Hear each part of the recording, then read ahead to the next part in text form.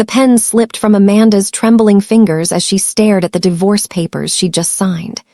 Before she could process what she'd done, her husband, no, ex-husband, Jae-won grabbed her arm with brutal force and dragged her toward the mansion's front door. Jae-won, wait. It's snowing outside. I'm pregnant, please. Amanda's pleas fell on deaf ears. He threw open the heavy oak door and a blast of freezing December wind hit her face. Snow swirled in the darkness beyond. Amanda's heart hammered against her ribs as she looked down at her thin silk dress, the same dress she'd worn to what she thought would be a romantic dinner. Instead, it had been an ambush. Divorce papers. His mother's cold smile. And now this. Get out, Jae-won said, his voice ice. But I'm 4 months pregnant with your child. His eyes, those eyes that once looked at her with love during their whirlwind romance in Seoul, were now empty. That child means nothing to me. You mean nothing to me. You were just a phase, Amanda. A mistake I'm correcting. Behind him, a woman emerged from the shadows of the foyer. Min-jae, his childhood friend.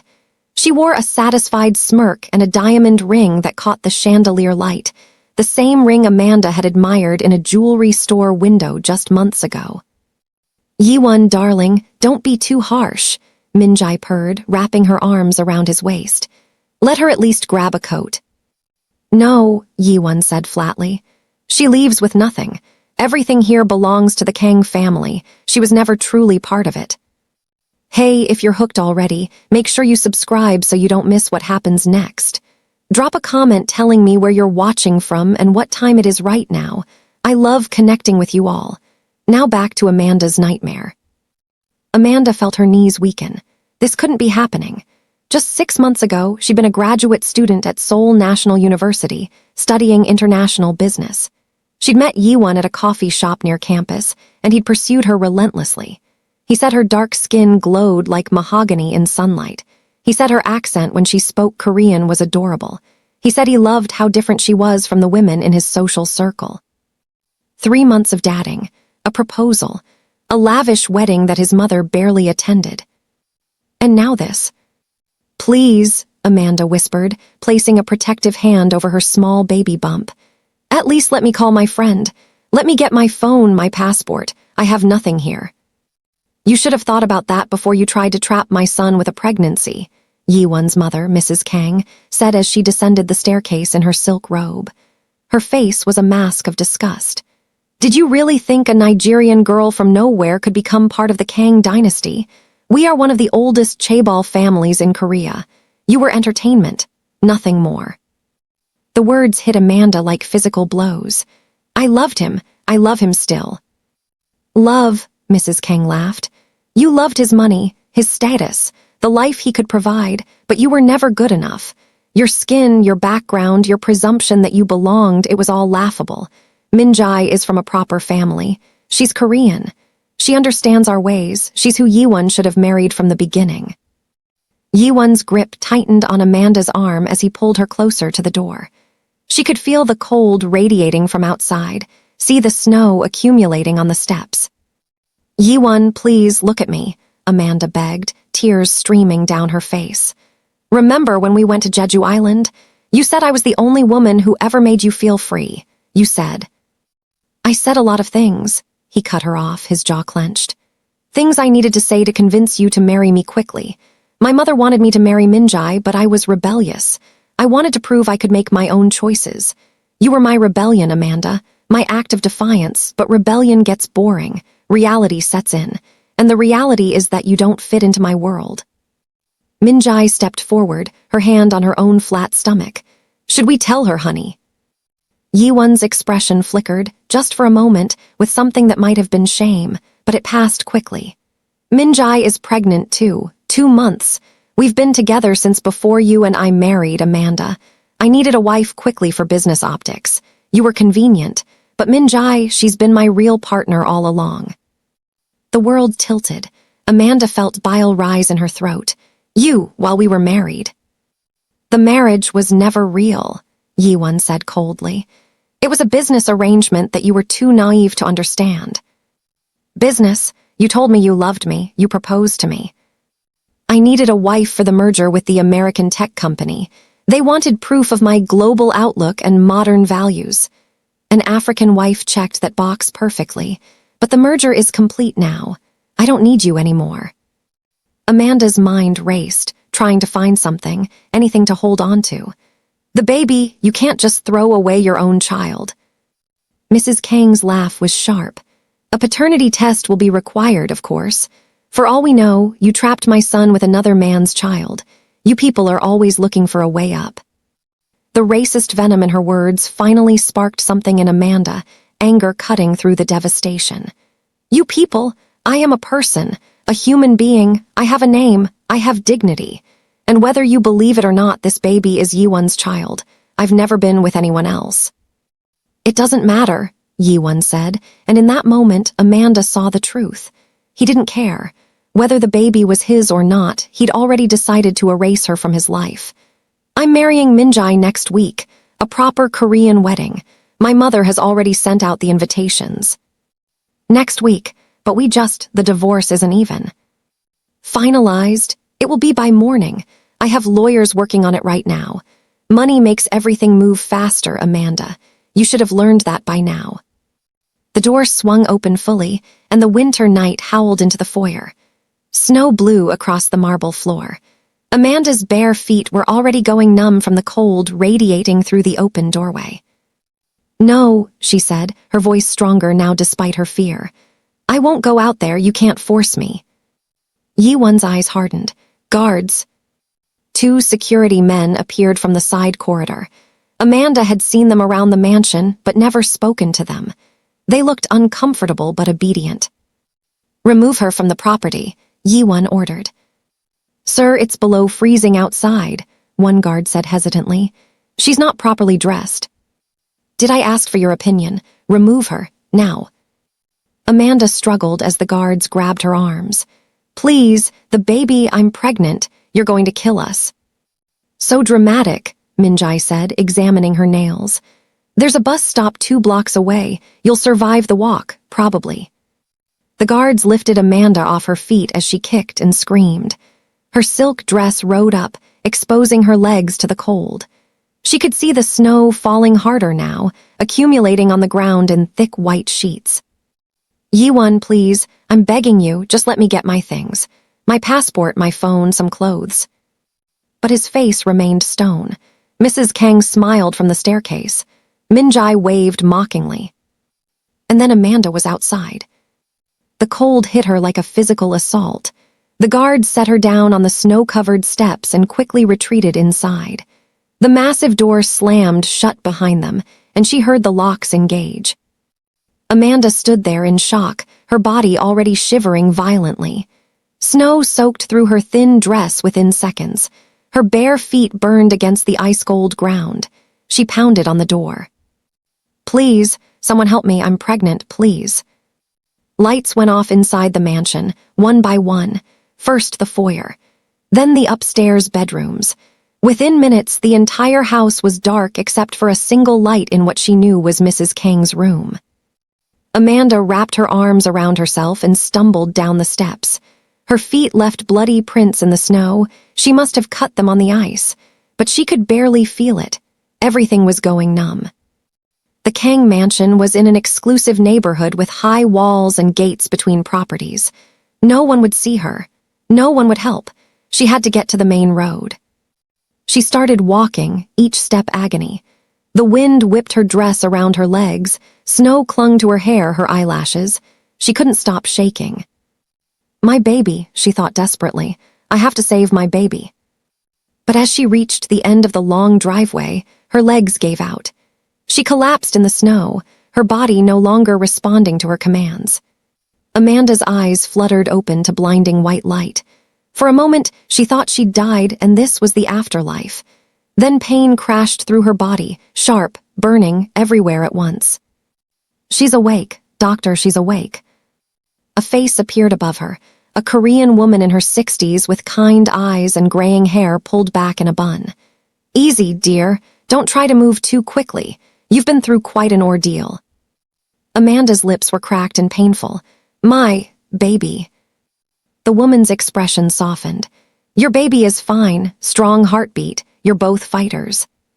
Tears leaked from Amanda's eyes as relief flooded through her. She was in a hospital room, warm blankets piled on top of her. Her fingers and toes were bandaged. An IV dripped fluid into her arm. "How did I?" "A taxi driver found you collapsed at the end of a driveway in Seongbuk-dong," the woman said. "He called an ambulance. You were suffering from severe hypothermia and frostbite. You're lucky to be alive." Amanda closed her eyes, remembering. The divorce, Jae-won's cruelty, being thrown into the snow. She'd thought she would die out there with her baby. "I'm Dr. Lee," the woman continued. "I'm not your attending physician, but I wanted to be here when you woke up. You see, my son was the taxi driver who found you. He's been worried sick." "I need to thank him," Amanda whispered. "You will, but first, there's something you should know." Dr. Lee pulled a chair closer to the bed. "The police want to speak with you. The hospital staff had to remove your clothes, and they saw evidence of bruising on your arms, finger marks. Combined with the circumstances in which you were found, they suspect domestic violence." Amanda's heart raced. I don't want trouble." "Trouble?" Dr. Lee's eyebrows rose. "Dear, someone left you to die in the snow while pregnant. That's attempted murder. You should want justice." "You don't understand. My husband, ex-husband, he's Kang Jae-won. His family is powerful. They'll bury any investigation. They'll make me disappear." Dr. Lee's expression turned hard. "The Kang family, the Kang group Chaebol." "Yes." "I see." Dr. Lee stood and walked to the window, looking out at the Seoul skyline. "Then we need to be strategic. Money and power can corrupt justice, but not if we're careful, not if we're smart." "I don't have money for lawyers. I don't even have my passport. Everything I owned was in that house, and they kept it all." "Your passport is Nigerian, yes?" "Yes. I'm here on a spouse visa that's probably already invalid since we divorced." Dr. Lee turned back to her. "My late husband was a human rights lawyer. He worked with many international cases. I know people who can help you, people who won't be intimidated by the Kang family's money." "Why would you help me? You don't even know me." "Because 30 years ago I was in a similar situation," Dr. Lee said quietly. "Different circumstances, but the same power imbalance, the same feeling of helplessness. Someone helped me then, a stranger who had no reason to care but did anyway. I've been waiting for a chance to pay that forward." Before Amanda could respond, the door burst open. A young man in his 30s rushed in, still wearing a taxi driver's uniform. "Amma, I came as soon as my shift ended. Is she—" He stopped when he saw Amanda awake. "I'm fine," Amanda said. "Thanks to you, you saved my life, my baby's life." The young man, Dr. Lee's son, blushed. Anyone would have done the same. "But you're the one who did it. What's your name?" "Park Jin-ho," he said, bowing slightly. "I'm just glad I was driving that route. Usually I work the Gangnam area, but I had a special fare to Seongbuk-dong that night." "Fate," Dr. Lee said softly, "or divine intervention." A knock on the door interrupted them. A police officer entered, a woman in her 40s with sharp eyes and a no-nonsense expression. "Ms. Amanda Okonkwo, I'm Detective Han Soo-yeon. I need to ask you some questions about the night you were found." Amanda's stomach clenched. I don't know if I should say anything without a lawyer." "Smart," Detective Han said, nodding approvingly. "But I'm not here in an official capacity. Not yet. This is off the record." She glanced at Dr. Lee and Jin-ho. "Could we have privacy?" "No," Dr. Lee said firmly. "I'm staying. If you want to question her, I stay as her advocate." Detective Han studied Dr. Lee for a long moment, then nodded. "Fine. Ms. Okonkwo, did someone deliberately put you outside in the snow that night?" Amanda hesitated. If she told the truth, would Jae-won retaliate? Could his family make her disappear? But then she thought of her baby, fighting to survive inside her. Her baby deserved better than a mother who was too afraid to seek justice. "Yes," she said. "My ex-husband, Kang Jae-won, forced me out of his house after I signed divorce papers. I was wearing only a thin dress. No shoes, no coat. It was snowing and the temperature was below freezing.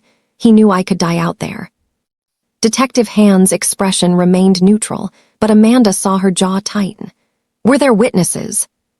His mother, Mrs. Kang Hae-jin, his girlfriend, Song Min-jae, 2 security guards whose names I don't know. His girlfriend, you were married to him. We divorced that same night. He made me sign papers, but he'd been seeing Min-jae throughout our marriage.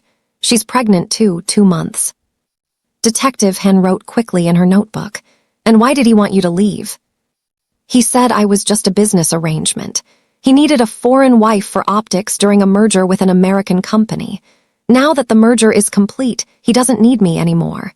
He's marrying Min-jae next week. A business arrangement, Detective Han repeated. Did you know this when you married him? No, I thought he loved me. I thought our marriage was real. Dr. Lee made a disgusted sound. Using someone like that, it's unconscionable. Detective Han looked up from her notes. Ms. Okonkwo, I need to be honest with you. The Kang family is one of the most powerful in Korea. They have connections in the police force, the prosecutor's office, even the courts. If you pursue this, they will fight back hard. They'll try to discredit you, possibly deport you, maybe worse. Then why are you here? Amanda asked. Because I'm tired of rich men thinking they can do whatever they want without consequences, Detective Han said, her eyes blazing. I've seen too many cases dropped because of political pressure. Too many victims silenced because they didn't have money or connections. But if you're willing to fight, I'll help you. Unofficially at first, until we build a case strong enough that they can't bury it. What kind of case? Dr. Lee asked. Attempted murder, for starters. Fraud, if we can prove he married her under false pretenses for business gain. Possibly human trafficking elements, depending on how the visa situation was handled. And if we're really lucky, we might find financial crimes. Men like Kang Jae-won rarely keep their hands clean in just one area of their lives. Amanda felt a spark of hope. You really think we can win against him? I think we can make him hurt, Detective Han said. Whether we win in court or not, we can expose what he did. We can make sure everyone knows the kind of man he really is. That's worth something. It's worth everything, Amanda said, feeling strength return to her voice. I want to fight, not just for me but for my baby, and for any other woman he might do this to in the future. Dr. Lee smiled. That's the spirit. Now let's talk strategy. Jin-ho, go to my house and bring my late husband's files from his study. The ones marked International Family Law. Amanda, you rest. Detective Han and I need to make some phone calls. Over the next 3 days, Amanda recovered in the hospital while a team assembled around her. Dr. Lee contacted a lawyer named Kim Young-soo, a fierce advocate known for taking on powerful clients. Detective Han quietly gathered evidence, including security footage from a traffic camera near the Kang mansion that showed Amanda stumbling through the snow. Jin-ho, meanwhile, had become an unexpected ally. He visited daily, bringing food and books, telling Amanda about Seoul's hidden corners and beautiful places she'd never seen during her time with Jae-won. You were locked away in that mansion like a prisoner, Jin-ho said one afternoon. When you're healed, I'll show you the real Seoul, the places locals go. You'll see how beautiful this city can be. Amanda found herself smiling, really smiling for the first time since the nightmare began. I'd like that. On the 4th day, lawyer Kim arrived with news. I've filed a criminal complaint against Kang Jae-won for attempted murder and endangerment of a pregnant woman. I've also filed a civil suit for fraud, emotional distress, and compensation for medical expenses. How did the Kang family react? Dr. Lee asked. They don't know yet. I filed through channels they don't monitor as closely. By the time their lawyers hear about it, the news will already be out. The news, Amanda's eyes widened. I contacted a reporter at the Seoul Daily, someone I trust who won't be bought off. Your story will be on the front page tomorrow morning. Billionaire throws pregnant foreign wife into snow to marry mistress. It's going to cause a scandal. Amanda's hands trembled. They'll come after me. Let them try, Detective Han said, entering the room. I've stationed an officer outside your door. Unofficially, of course. If anyone from the Kang family tries to approach you, we'll know. That night, Amanda couldn't sleep. She kept imagining Yi-won's face when he saw the news. His mother's rage. Min-jae's shock. Part of her was terrified, but another part, a part she didn't know she had, was fierce and ready for war. Her phone rang. A hospital phone they'd given her since she had no cell. She answered cautiously. Amanda. It was Yi-won's voice, tight with fury. Amanda's breath caught. She should hang up. She should call for the officer outside. But something in her wanted to hear what he had to say. How dare you, Yi-won hissed. How dare you go to the police, to the press? Do you have any idea what you've done? I've told the truth, Amanda said, surprised by how steady her voice was. Something you've never done with me. The truth. You're making me look like a monster. You threw your pregnant wife into the snow to die, Yi-won. You are a monster. Silence on the other end. Then, it wasn't supposed to go that far. I just wanted you to leave. I didn't think. You didn't think I'd survive, or you didn't think I'd fight back. My mother is furious. The board members are calling for emergency meetings. Min-jae's family is threatening to pull out of the wedding. You're destroying everything. Good, Amanda said, and she meant it. You destroyed my life. You used me. You threw me away like garbage. Now you get to feel what that's like. Amanda, please. His voice changed, became softer. We can fix this. I'll give you money, a lot of money, enough to go back to Nigeria and live comfortably. Just drop the charges. Tell the press you made a mistake. You think you can buy me? Everyone has a price. Name yours. Amanda laughed, sharp and bitter. My price is justice. My price is watching you face consequences for once in your privileged life. You stupid girl, Yi-won snarled, his true nature emerging again. You have no idea who you're fighting. My family will crush you. We'll prove you're lying.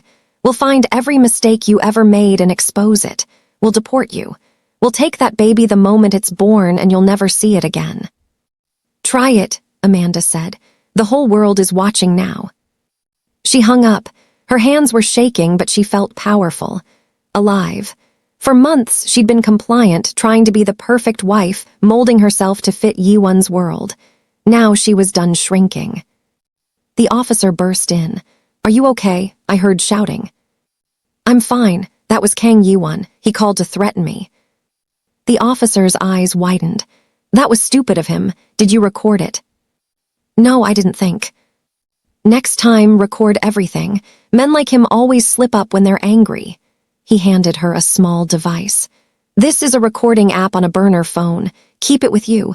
If he contacts you again, record every word. The next morning, Amanda's story was everywhere. Front page of the Seoul Daily. Top trending topic on Korean social media. International news outlets picked it up. Korean billionaire accused of attempted murder of pregnant African wife. Dr. Lee brought in her tablet to show Amanda the responses. Look at this. Thousands of people supporting you. Korean women, international women, human rights groups. You've struck a nerve. Amanda read through the comments, tears streaming down her face. People were calling Yi-won a sociopath. They were demanding investigations into the Kang Group's business practices. Women were sharing their own stories of being used and discarded by wealthy men.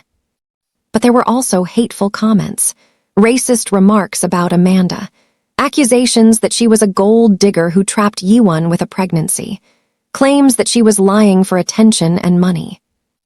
Don't read those, Jin-ho said, gently taking the tablet away.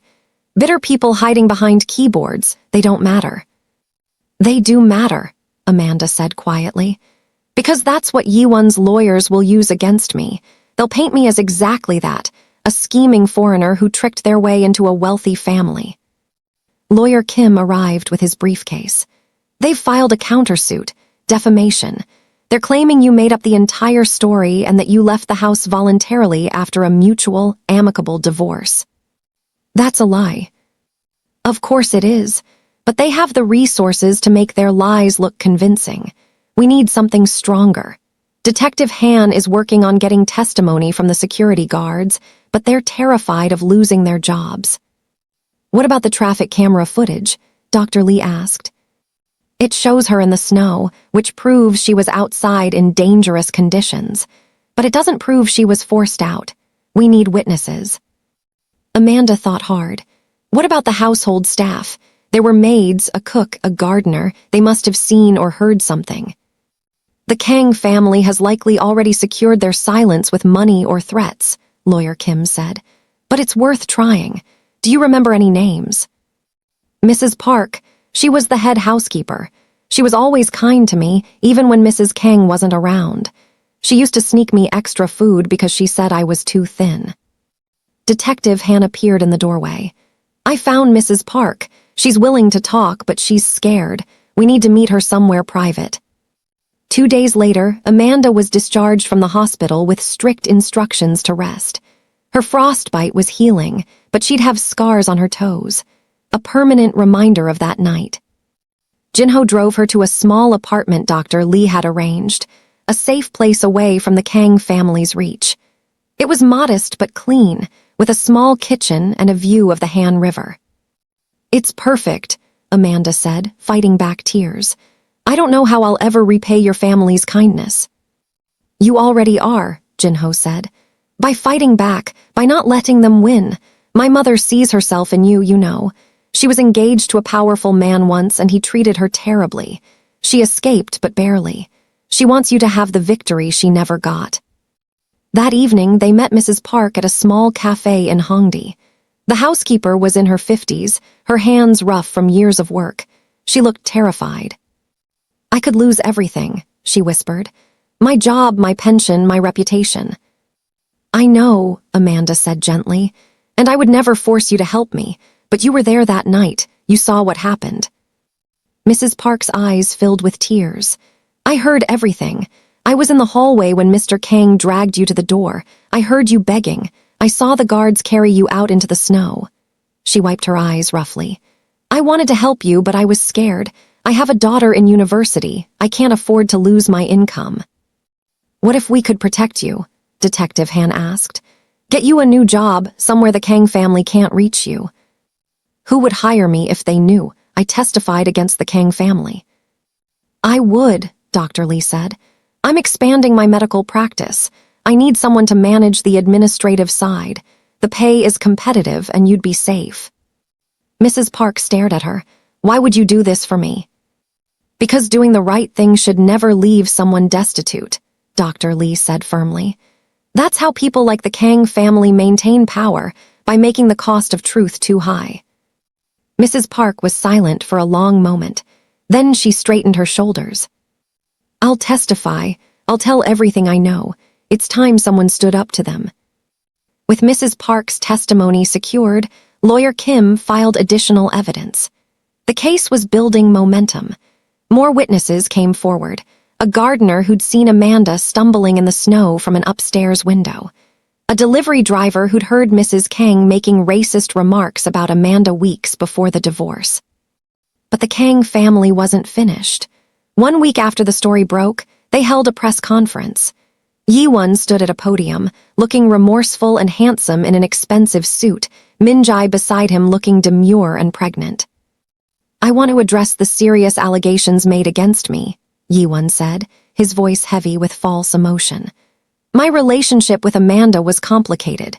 We married quickly, perhaps too quickly. When it became clear we weren't compatible, we agreed to divorce amicably. I provided her with a generous settlement, enough money to return home and raise her child comfortably. Amanda watched the broadcast from her apartment, fury building with every word. However, Amanda refused the settlement, Jae-won continued. She wanted more money, more status. When I couldn't give her what she wanted, she became vengeful. The night in question, she left my home of her own accord after our divorce was finalized. She refused my offer of a car service. She said she wanted to walk. That's a lie, Amanda shouted at the screen. I had no idea she would be so reckless as to walk in the snow without proper clothing, Jae-won said. Had I known she was in danger, of course I would have helped her. I'm not a monster. I'm simply a man who made a mistake in marriage and is now being punished for trying to move on with my life. Min-jae stepped forward, dabbing at fake tears. I feel terrible about this situation. Jae-won and I didn't mean to hurt anyone. We fell in love, and sometimes love happens at inconvenient times. but we never wanted Amanda to suffer. The reporters ate it up. Questions flew about Amanda's character, her motives, whether she was truly pregnant with Jae-won's child. Amanda's phone rang. It was lawyer Kim. "Don't panic. This is a standard play. They're trying to control the narrative before trial." "They're winning. Everyone will believe him." "Not everyone, and we have evidence they can't refute. Mrs. Park's testimony, the medical records showing your injuries, the traffic footage, the hospital staff who documented your condition when you arrived. Truth has a weight that lies can't match." But Amanda wasn't sure. She watched as the news coverage shifted. Some outlets started questioning her story. "Scorned foreign wife or victim," read one headline. "Did Amanda Okonkwo orchestrate her own accident for sympathy?" read another.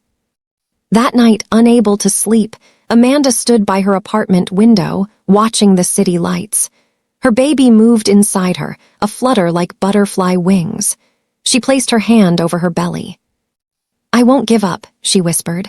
"I promise you, we're going to win this." Her phone buzzed. A text from an unknown number. "Meet me tomorrow at Buckhanson National Park, northern entrance, 2 p.m. Come alone. I have information about the Kang family that will change everything. A friend." Amanda stared at the message. It could be a trap, but it could also be the breakthrough they needed. She texted back, "How do I know I can trust you?" The response came immediately.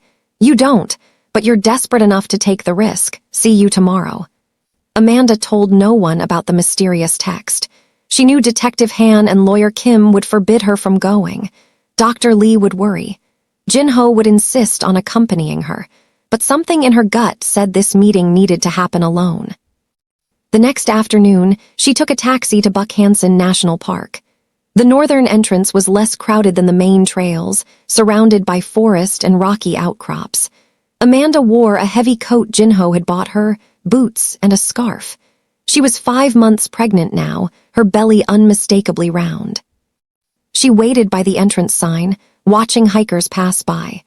Then a figure emerged from the trees, a woman in her 30s wearing sunglasses and a hat pulled low. "Amanda Okonkwo," the woman asked quietly. "Yes, who are you?" The woman glanced around nervously, then pulled Amanda behind a cluster of trees, away from the main path. She removed her sunglasses, and Amanda gasped. It was Song Minjai. "Before you run or scream, please listen," Minjai said urgently. "I'm not here to hurt you. I'm here to help." "Help? You're marrying the man who tried to kill me." "A marriage I don't want anymore." Minjai's perfectly made-up face cracked, revealing exhaustion and fear beneath. "You think you're the only one Jae-won used, the only one trapped in his web of lies." Amanda studied her carefully. "You're pregnant with his child. You were with him throughout our marriage. You watched him throw me into the snow and said nothing." I know all of that, and I'm ashamed." Minjai's voice shook. "But you need to understand, I've known Jae-won since we were children. Our families arranged our future marriage when we were teenagers. I thought I loved him. I thought he loved me, but I was just as much a tool to him as you were." "What are you talking about?" Minjai pulled out her phone and showed Amanda a series of text messages. "Read these. They're from Jae-won to his business partner, sent the day after he threw you out." Amanda read, her blood running cold. "Minjai is becoming a liability, too emotional, too clingy. After the baby is born, I'll need to find a way to manage her. Perhaps an accident like with the African one, but more permanent this time. The baby isn't his heir, it's just insurance. If she gives birth to a son, I keep her quiet with promises. If it's a daughter, she's useless. Either way, once my mother secures the Song family's business connections, Minjai is expendable." "He's a monster," Amanda whispered. "Yes, and I didn't see it until 3 days ago when I found these messages on his tablet. He'd been careless, left it unlocked." Minjai's hands trembled. "I realized that everything he told me about you was a lie. You weren't a gold digger. You weren't trying to trap him. You were just another victim, and I'll be next." "Why tell me this? Why not go to the police yourself?" "Because I'm a coward," Minjai said bitterly. My family has already spent millions on wedding preparations. They've signed business contracts with the Kang Group that depend on this marriage. If I back out, my father will disown me. I'll lose everything. But you're already fighting. You have nothing left to lose. These messages can help your case." Amanda looked at the phone, then at Min-jae. "Send them to me, all of them." "I will, but there's more." Min-jae pulled out a USB drive. "Financial records, evidence that Jae-won used your marriage for more than just the American merger. He's been embezzling from the Kang Group, hiding assets offshore, preparing to run if things go bad. And there's evidence of other women, foreign women he married in different countries for various business schemes. You weren't the first, Amanda. You were just the first to survive and fight back." Amanda's mind reeled. How many others? "At least 3 that I found evidence of. A Chinese woman in Shanghai, a Brazilian woman in Sao Paulo, a Thai woman in Bangkok. All married quickly, used for business deals, then disappeared. I don't know if they're alive or dead." "Oh my God." "The USB has everything. Bank records, forged documents, messages. It's enough to destroy him and possibly bring down parts of his family's empire." Min-jae pressed the drive into Amanda's hand. "Use it. Get justice for yourself and for those other women. Come with me to the police right now. Your testimony would." "I can't. I'm not strong enough. I wish I was, but I'm not." Min-jae stepped back. "The wedding is in 3 days. I'll go through with it because I have no choice. But after the baby is born, I'm leaving. I've been secretly moving money into accounts my family doesn't know about. I'll disappear, raise my child somewhere Jae-won can't find us." "Min-jae, he'll find you. Men like him always do." "Then I'll run farther, but I won't let him use my child the way he used us." Min-jae put her sunglasses back on. "I have to go. My driver thinks I'm at a prenatal appointment. Don't contact me again. I'll deny we ever met if asked. But make him pay, Amanda. Please, make him pay for all of us." Before Amanda could respond, Min-jae disappeared into the forest, leaving her standing alone with a USB drive that could change everything. Amanda took the taxi back to her apartment, her mind racing. She plugged the USB into her laptop, and for the next 2 hours, she read through files that painted a picture of depravity and criminality that went far deeper than she'd imagined. Jae-won hadn't just used her. He'd created an international scheme of fraudulent marriages tied to money laundering and tax evasion. The Chinese woman, Liu Mei, had been found dead in a hotel room in Hong Kong 2 years ago, ruled a suicide. The Brazilian woman, Isabella Costa, had disappeared after their divorce, last seen boarding a flight to Manaus.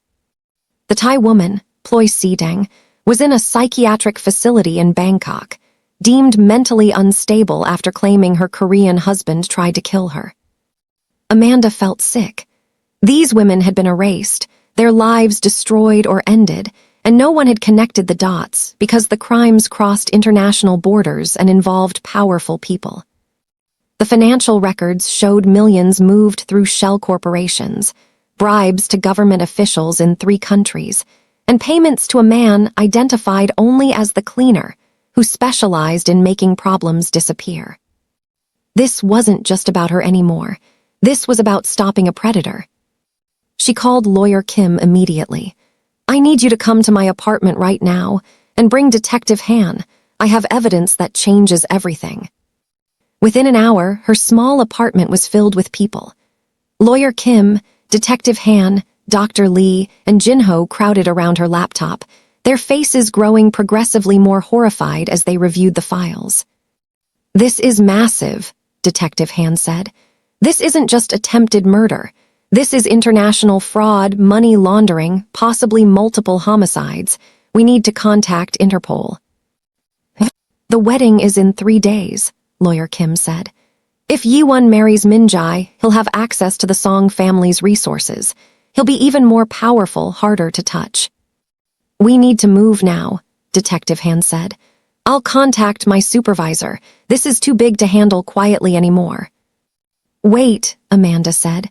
"If we go official now, the Kang family will bury this. They have people in the prosecutor's office, remember? We need to go public first. Make it impossible to cover up." "She's right," Jinho said. If the media has this story before the authorities can suppress it, there's no putting the genie back in the bottle. Dr. Lee nodded. I know a journalist at an international news network, someone who can't be bought. Let me make a call. By midnight, they had a plan. The journalist, a British woman named Sarah Chen who worked for BBC Korea, arrived at the apartment.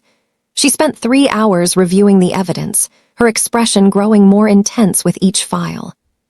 This is Pulitzer-level material, Sarah said, but I need to verify the sources. Can you prove where this came from? Amanda hesitated. She'd promised not to expose Min Jae, but without verification, the evidence could be dismissed as fabricated. I can verify it, Detective Han said. I've been building my own file on the Kang family. I can confirm that some of this information matches intelligence I've gathered independently. That should be enough for corroboration. Sarah nodded. I'll need 48 hours to fact-check and prepare the story. Can you keep this quiet until then? The wedding is in 3 days, Amanda said. We need this story out before that happens. I'll work fast. I'll need to contact authorities in China, Brazil, and Thailand to verify the information about the other women. If this checks out, we're not just exposing one man, we're exposing an international criminal network. The next 48 hours were the longest of Amanda's life. She stayed in her apartment, afraid to leave, afraid that somehow Jae-won would discover what they were planning. Jin-ho stayed with her, sleeping on the couch, keeping watch. On the second night, her burner phone rang. The number was blocked. Turn on the recorder, Jin-ho whispered, handing her the device the officer had given her. Amanda answered, recording. Hello. You stupid, stupid woman. It was Mrs. Kang's voice, venomous and cold. Did you really think you could destroy my family? I'm not trying to destroy your family. I'm trying to get justice for what your son did to me. Justice? You want justice? How about this? Drop all charges, disappear back to your country, and I'll wire you $10 million. American dollars. Enough to live like a queen in Nigeria. $10 million. Amanda's family back home had never seen that kind of money. It could transform their lives, her siblings' futures. No, she said. 20 million then. That's my final offer. There's not enough money in the world to make me stop. Your son is a criminal. He's hurt people. He's probably killed people. And you've enabled him every step of the way. You have no proof of anything, Mrs. Kang hissed. Actually, I do, and the whole world is about to see it. There was a long silence. Then, you've made a grave mistake, girl. Jae-won wanted to handle you quietly, but you've pushed too far. We have people everywhere. Even in that pathetic little apartment you're hiding in. One phone call and you disappear. Your baby disappears. No one will ever find you. Is that a threat? It's a promise. You have 24 hours to accept my offer. After that, the offer changes to something much less pleasant. The line went dead. Jin-ho's face was pale. We need to get you out of here, now. No, Amanda said firmly. We're so close. The story goes live tomorrow morning. If I run now, they win. If you die, they really win, Jin-ho shot back. He called Detective Han immediately. Within 30 minutes, 2 unmarked police cars arrived. Detective Han brought Amanda to a safe house, a nondescript apartment in Mapogu that the police used for witness protection. You'll stay here until the story breaks, Detective Han said. After that, you'll be too public to touch. They can't make you disappear if the whole world is watching. That night, Amanda couldn't sleep. She kept thinking about Liu Mei, Isabella, and Ploy, the women who hadn't survived Jae-won's schemes. She thought about her baby, moving inside her. She thought about Min Jae, trapped in a gilded cage of her own fear. At 6 a.m., Sarah Chen's story went live on BBC World News. The headline read, Korean Chaebol heir accused of international marriage fraud scheme linked to multiple deaths. The article was devastating. It detailed everything, Jae-won's pattern of fraudulent marriages, the money laundering, the mysterious deaths and disappearances. It included statements from Liu Mei's family in China, who had never believed their daughter's death was suicide. It included medical records from Ploy's psychiatric facility in Thailand, where she'd been institutionalized after claiming her husband tried to poison her. And it included Amanda's story, with the traffic camera footage, Mrs. Park's testimony, and the evidence of her injuries. Within hours, the story exploded worldwide. Korean news outlets scrambled to catch up. International media descended on Seoul. The Kang Group's stock price plummeted. Protests erupted outside the Kang mansion and corporate headquarters. By noon, the Thai and Chinese governments had announced they were opening investigations. Interpol issued a notice requesting information about Jae-won's international activities. The Brazilian authorities announced they were reopening Isabella Costa's missing person case. Amanda watched it all from the safe house, tears streaming down her face. "They're finally being heard," she whispered. "Those women are finally being heard." Detective Han arrived with news. The prosecutor's office has no choice now. They're filing formal charges against Jae-won, attempted murder, fraud, money laundering, and suspicion of involvement in Liu Mei's death. They've also opened an investigation into Mrs. Kang for obstruction of justice and making terroristic threats based on the recording you provided. What about the wedding? Cancelled. The Song family released a statement an hour ago severing all ties with the Kang family. Min Jae is reportedly in a private hospital, claiming pregnancy complications, but sources say she's refusing all contact with Jae-won.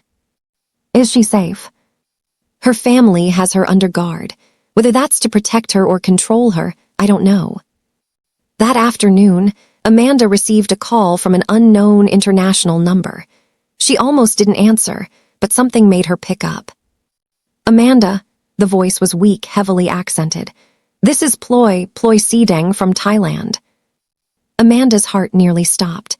"Ploy, from the articles, you're alive." "Yes, I saw the news, I saw what you did.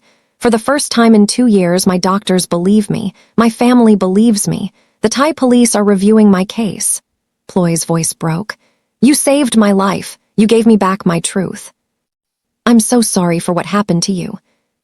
"I'm sorry for what happened to you too, but you were stronger than me. You fought back immediately. I let them lock me away and tell me I was crazy. You survived, that took strength too." "Amanda, I want to testify against him. If there's a trial, I want to tell my story. Will you help me?" "Of course, we'll fight together." After Ploy hung up, Amanda sat in silence, overwhelmed. This had started as her personal quest for justice, but it had become something much bigger, a reckoning for all of Jae-won's victims. 3 days later, Jae-won was arrested at Incheon International Airport trying to board a private jet to Singapore.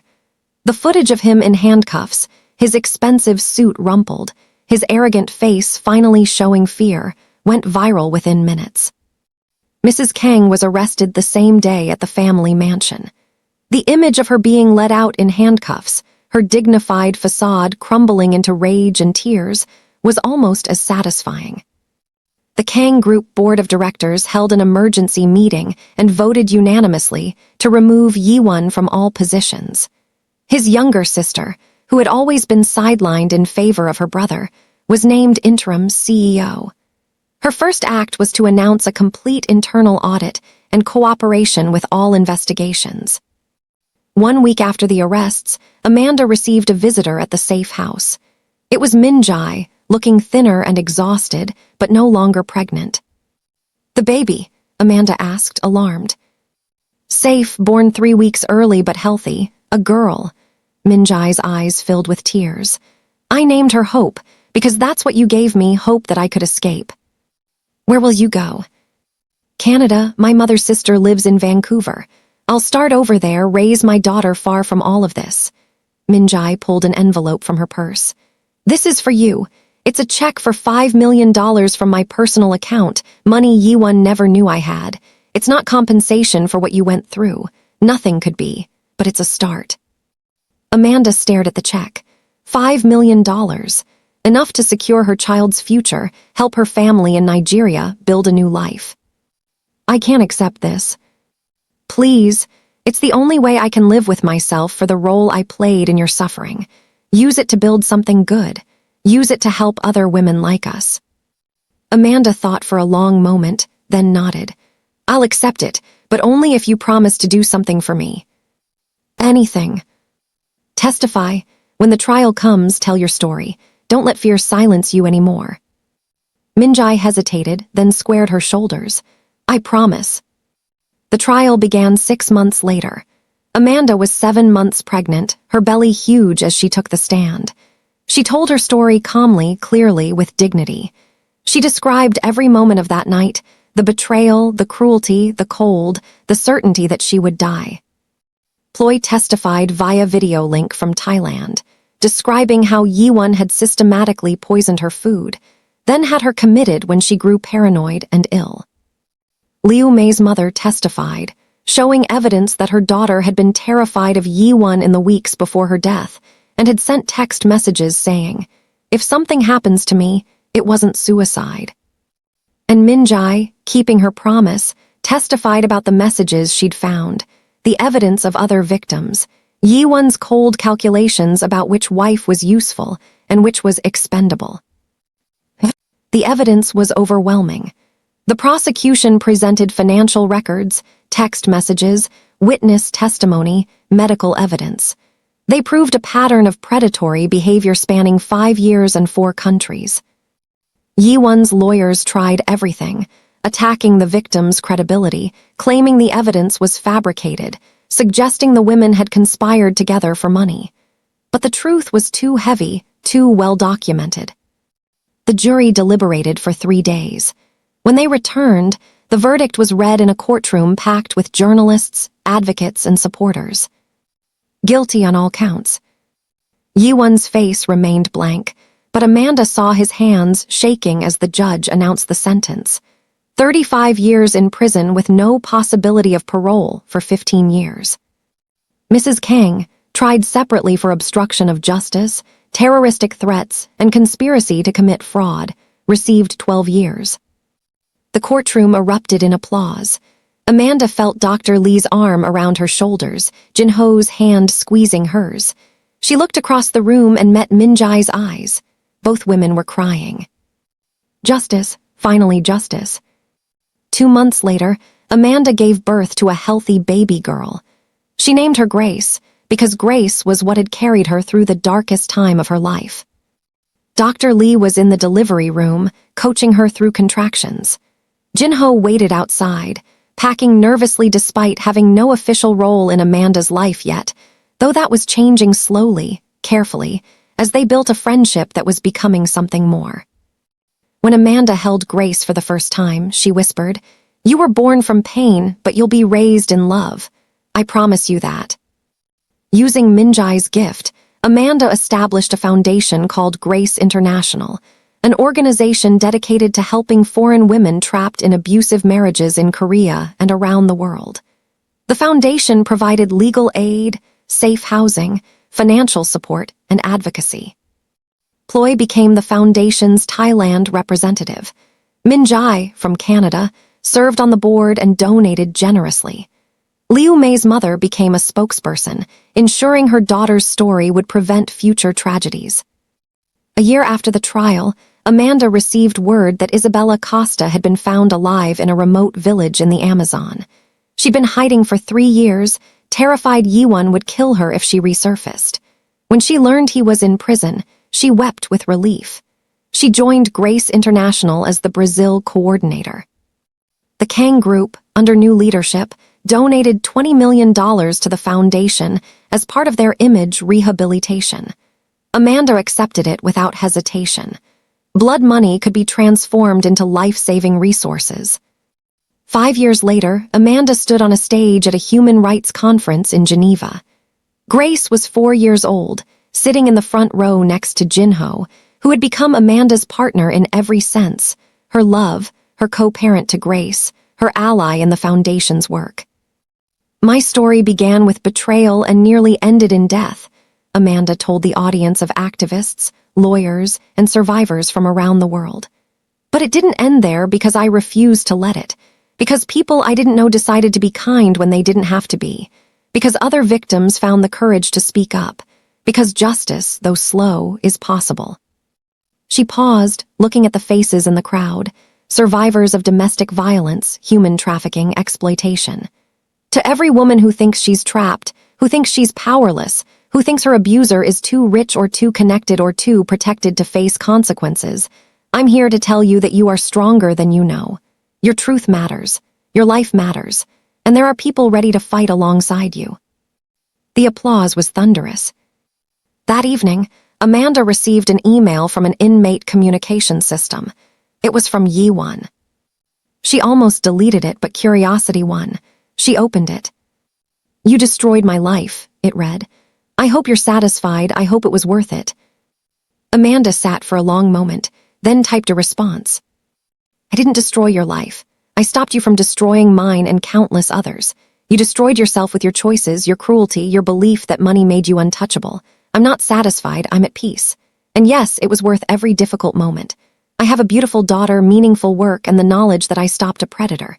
You have 30 years in prison to reflect on the pain you caused. I hope you use that time wisely. I won't think of you again after this message. Goodbye, Jae-won." She hit send, then blocked the address. That night, Amanda tucked Grace into bed, reading her a story about a princess who saved herself. Jinho sat beside them, his hand resting on Amanda's shoulder. "Mama, are you happy?" Grace asked sleepily. Amanda thought about the journey that had led here, the pain, the fear, the fight, the victory. She thought about the foundation helping women around the world. She thought about Jae-won rotting in prison while she lived freely, surrounded by love. "Yes, baby," she said, kissing Grace's forehead. "I'm very happy." And for the first time since that terrible night in the snow, it was completely true.